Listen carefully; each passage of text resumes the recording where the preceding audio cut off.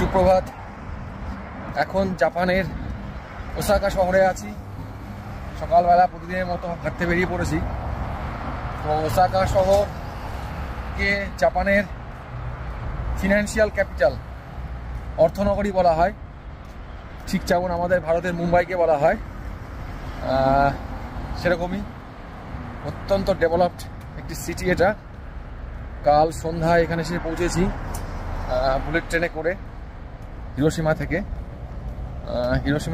থেকে ওসাকা আসতে মেট্রোতে 1 ঘন্টা 20 মিনিট মতো টাইম লেগেছিল।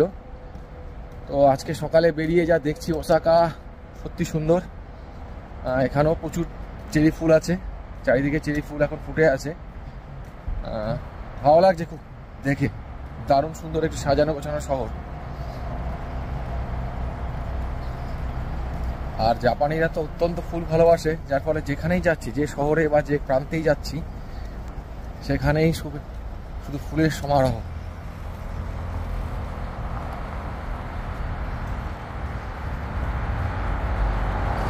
সকালবেলায় অনেক জাপানিকেই দেখছি প্রাতঃভ্রমণে বেরিয়েছে, এক্সারসাইজ করছে, ভালো লাগছে। এখানে একটা নদী আছে, নদীটার নাম আমি এই মুহূর্তে বলবো না। নদীর চারিপাশে অসংখ্য, দুপাশেই দেখছি, এই ব্রিজের দুপাশে নদীর ধার দিয়ে চেরি ফুল ফুটে আছে, দারুণ লাগছে দেখতে।